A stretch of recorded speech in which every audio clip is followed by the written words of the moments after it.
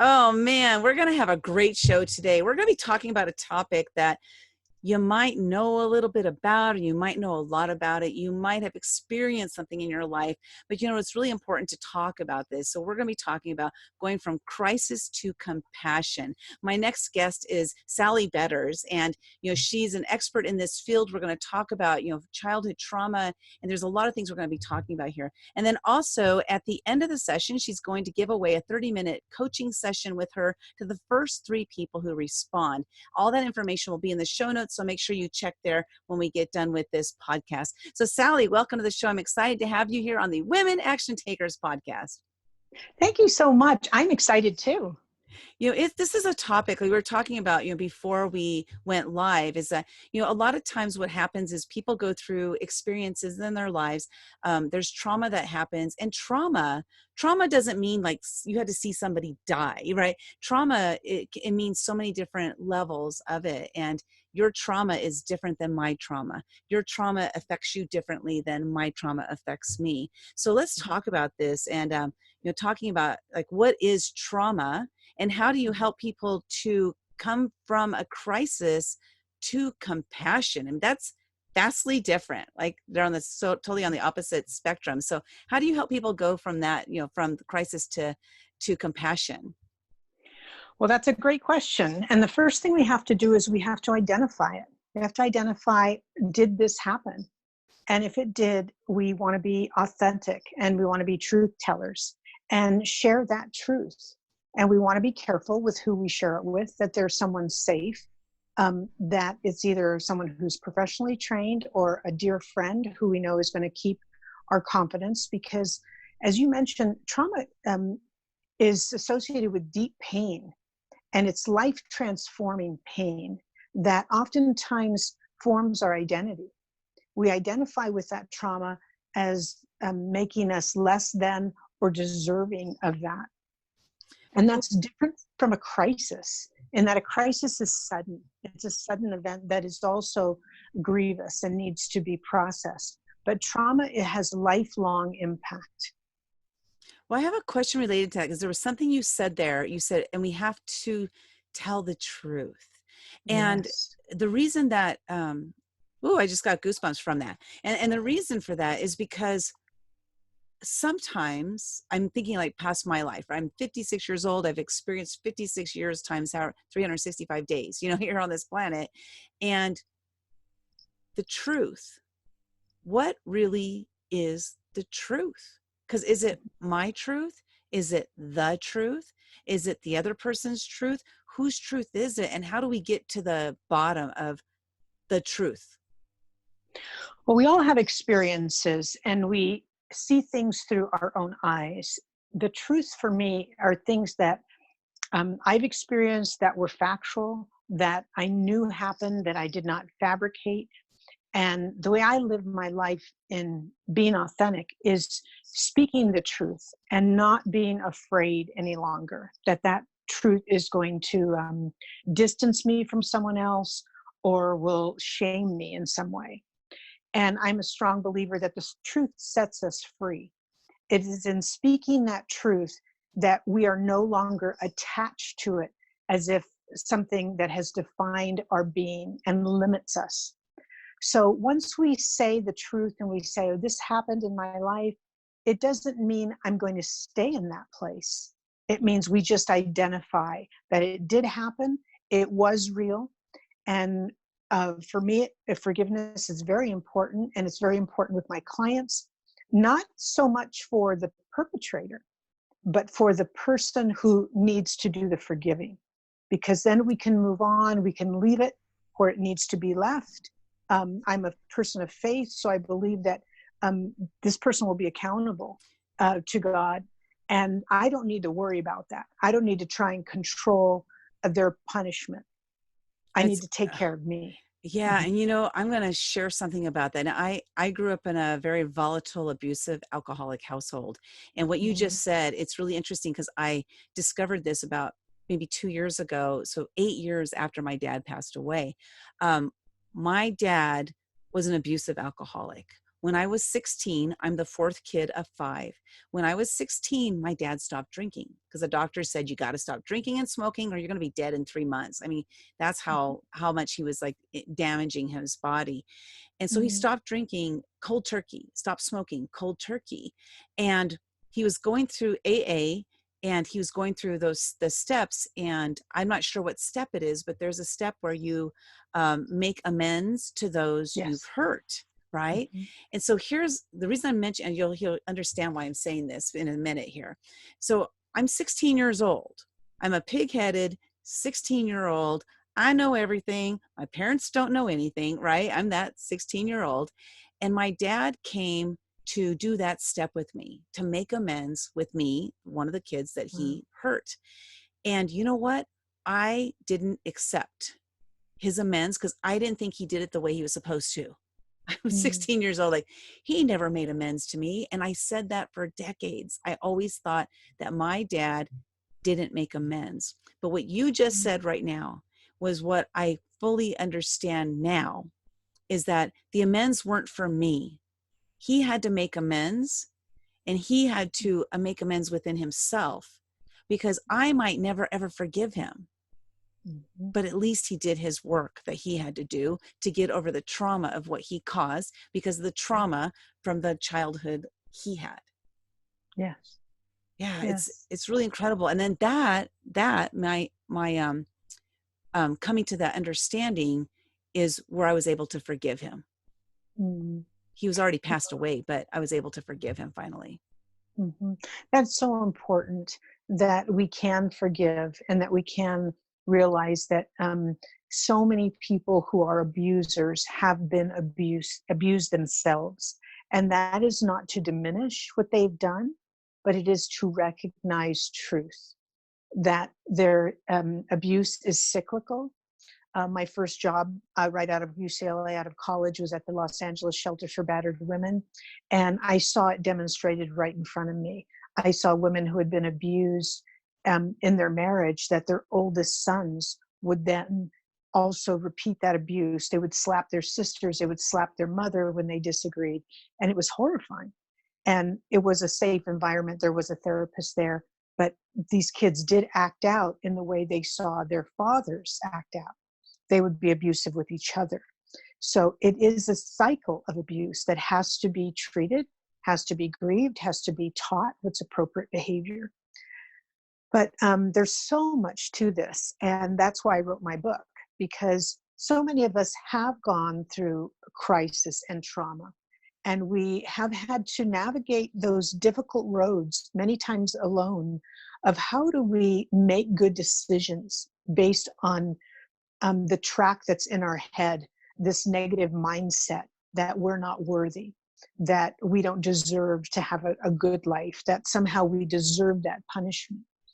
And especially as entrepreneurs, where we have to be self motivated and tell ourselves that we can do this, that we've got this, that we've got something valuable to offer to the online community or the community at large. And so there's a lot of work that needs to be done. And I do run up against this with a lot of professional women who have not processed their pain, and it comes up again.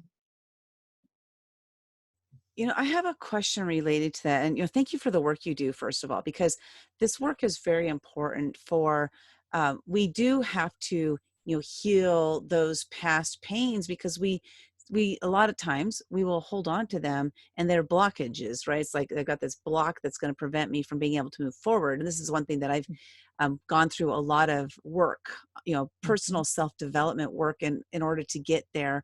I still have a long ways to go, but I've come a long way, baby. Mhm.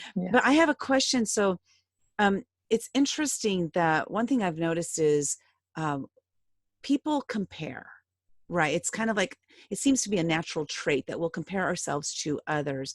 And so I'm bringing this up because when there's crisis and trauma, there's varying ranges of it. And so um, I know somebody who as a child, witnessed the father murder the mother right in front of the child. Now that is traumatic. It's absolutely unfathomable, Mhm. traumatic. But then you have someone else who's gone through a trauma of witnessing something else. Like what I witnessed was nothing like that person. So when I hear that person's story, I'm like, oh, well, my trauma is trivial. Right. So Mhm. this is like what I experienced Mhm. when I heard about that person's trauma. I'm like, oh gosh, I have nothing to complain about. Theirs was way worse than mine. So I want you to talk about that because Mhm. comparison has no place when we're Mhm. talking about trauma and crisis. So I'd love for Boy. you to talk about that. Mhm. Yeah, comparison seems to be the national sport, whether it's comparing our pain or comparing our looks. And we do tend to minimize when we hear someone else's story, whether it's a celebrity or our friend having coffee. We still feel like, well, I have no reason to ever say anything because I did not experience what she did. And that's not accurate. We all have pain. In this life, we will experience pain. The question is, what do we do with that pain? And how do we, and this is something big for me because I'm writing some stuff right now about this, is that how do we give honor to our pain so that we can be respectful of those places in our hearts that are broken? Because it's much easier, especially if you're a strong, capable woman. In this case, we're talking to other entrepreneurs, that we just push ahead. We just forge ahead and we say, hey, I'm good at this, I'm good at that.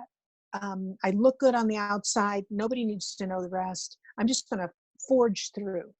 And we forget those small broken pieces that come up in random moments where we want to just suppress them rather than show respect for that and to go through that sadness and say, that's a part of me that really hurts. I need to nurture that so that I can be a whole person, a well-rounded person that doesn't hide and push down those areas. And I'd like to make a point. On my website, sallybetters.com, I have some well-researched documents that are free, and they're warning sign documents. First of all, the first one is warning signs of an abusive relationship. The other are the warning signs of childhood sexual abuse, to know what to look for. And the other one are the warning signs of the largest learning disability, which is dyslexia. And believe it or not, there is a link between all these things. And that's part of what my main character in my book deals with, is that she is vulnerable because she has a learning disability. She's a slow reader and doesn't comprehend well. And she's comparing herself constantly of not feeling smart and capable. And has an early romance in high school with the plans of marriage, but has an unplanned pregnancy that leads to an abortion. And that, again, solidifies more negativity in her mindset. She also experiences childhood sexual abuse. So the people that she's looking for, and this is very common of people who've been victimized, is they're looking for their protector. But they're oftentimes looking for the Hollywood image of what a protector looks like. And rarely do they come in those packages of somebody who is honest and sincere and has our best interest in mind. And so you see repeated abusive relationships and marriages and abuse with children. And again, the cycle continues. So one of the big things for me in dealing with my clients is that we stay current with what we're dealing with. And that's the difference between life coaching and therapy. I am not a licensed therapist. Um, Therapy deals with going back into your past and analyzing and dissecting and bringing things up that were not dealt with. Life coaching deals with dealing with the present and moving forward. And we do talk about various things, but we don't delve into that. And so we're looking at how we can change mindsets that don't help us, that we can find better ways to do things, that we can encourage ourselves, take times for good self-care, make clear objectives with uh, that have timelines, so that we are being able to witness that we can accomplish things within designated times. So that's the difference between what I do and maybe somebody else. And I think it's really important, that distinction, excuse me, that distinction, right, of the difference between, a counselor, or a therapist and, a life coach, because it is different. You're going to get different results, possibly. Maybe you'll get the same result, but really just go out there and find Mhm. somebody. It's not about like talking to your best friend or talking to your family. It's really about finding somebody Mhm. who's objective, who comes in from they don't know you as the old you. And I share this because, um, my family, when I started going through a personal development journey, my family didn't understand. Mhm. Because they knew me as Linda at 5 years old, 6 years Right. old, and they weren't able to come along with me on my journey. And they stayed where in their journey, but I'm going on my journey. And it caused a divide in our family. It's kind of Mm. interesting. I'm I'm trying to patch it back up, Mhm.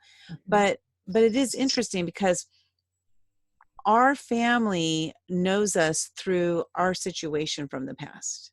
Right. But when you have an objective person who's coming in with, they don't know who you were, they don't know what you've gone through.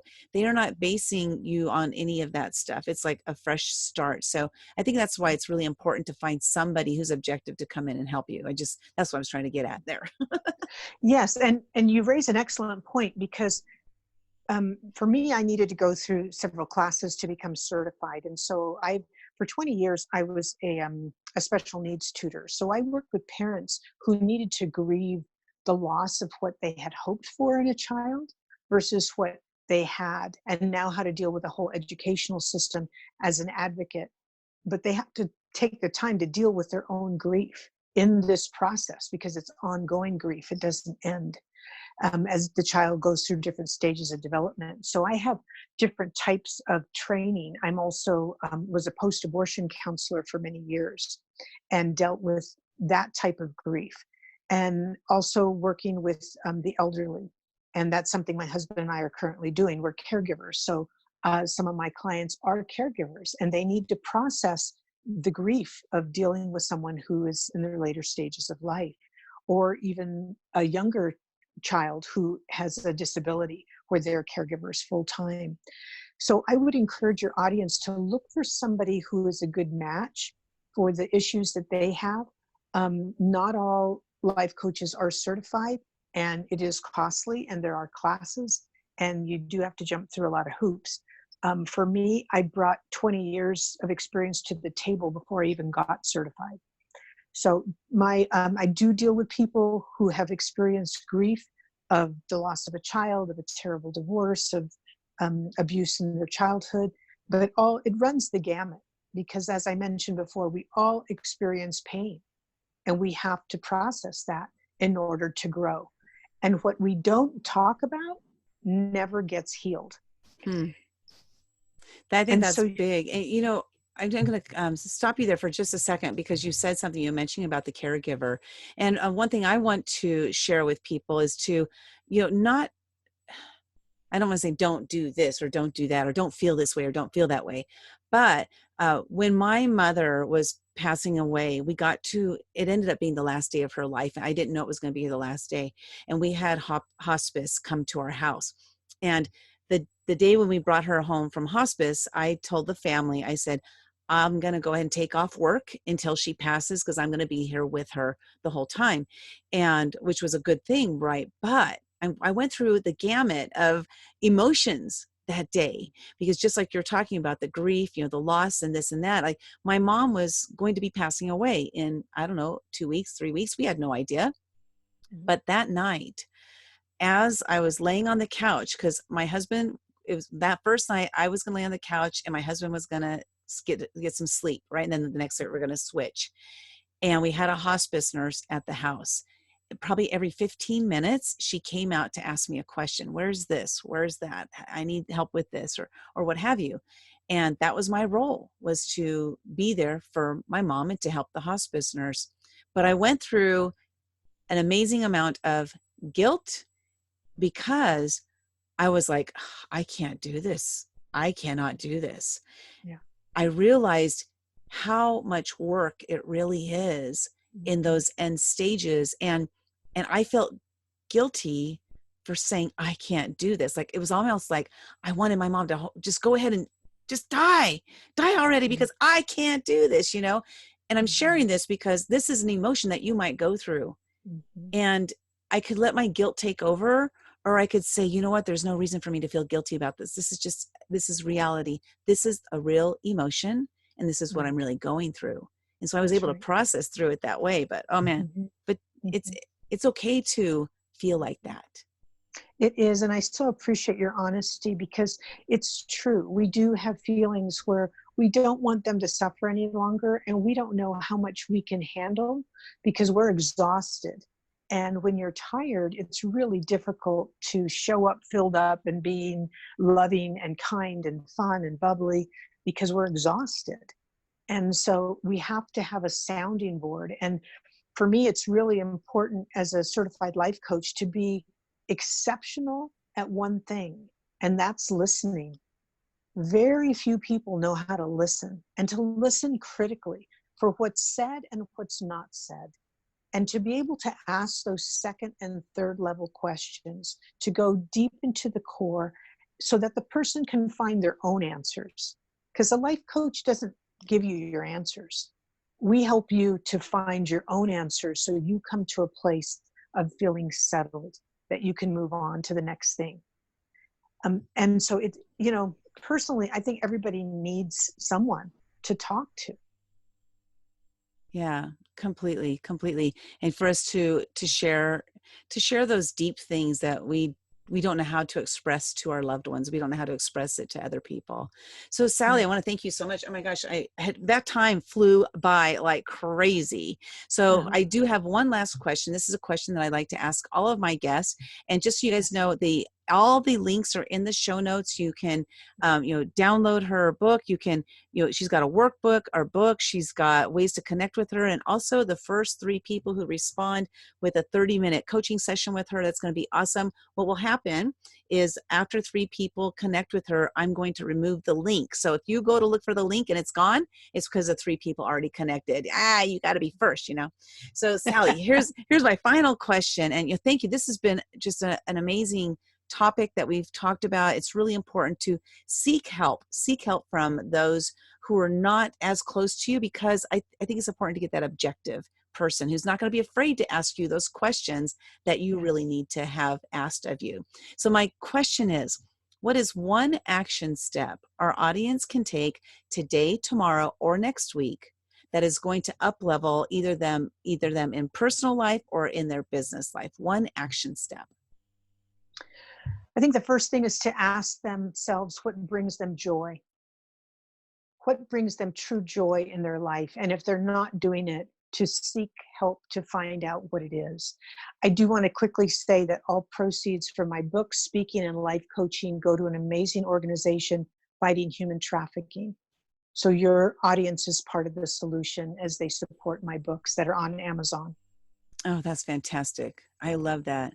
So ask yourself, what brings me joy? And this is an amazing exercise. I did this exercise. So you ask yourself what brings you joy. And what I did with that is, once I made my list of what brought me joy, I did for the first week, I made sure that I did at least one of those things on my list every day for 5 minutes. Then the next Nice. week, I increased it to 10 minutes, doing at least one of those things on my list for 10 minutes every day. And the next thing you know, like, it's like 5 minutes, 10 minutes, 15 minutes. Next thing you know, you're spending most of your life doing the things that you absolutely love, the things that bring you joy. So I'll just Yes. like up your, like one, what do you call it? Plus, give a plus to your exercise, because, we don't know when we're going to go. And so Yes. spend your life having as much joy as you can. When my mom, the last 2 weeks of her life, she said to me, Linda, I've had so many regrets in my life. Live your life with no regrets. And I took Mm, that seriously. I I took that love that. seriously. Yeah, Good it's for like you. best piece of advice she's ever given me. Yes, that's what I want written on my tombstone. No regrets. There you go. Hashtag no regrets. Hashtag no regrets. I love it. Well, Sally, thank you so much for being here. You guys remember, make your list. Like, what are the things that absolutely bring you joy? If you want to connect with Sally, go check the show notes. We've got all of her social media links, all of her, her book links, everything. Everything is there in the show notes. Go check it out. And you guys have a great day, and we shall see you soon. Thank you very much. Thank you.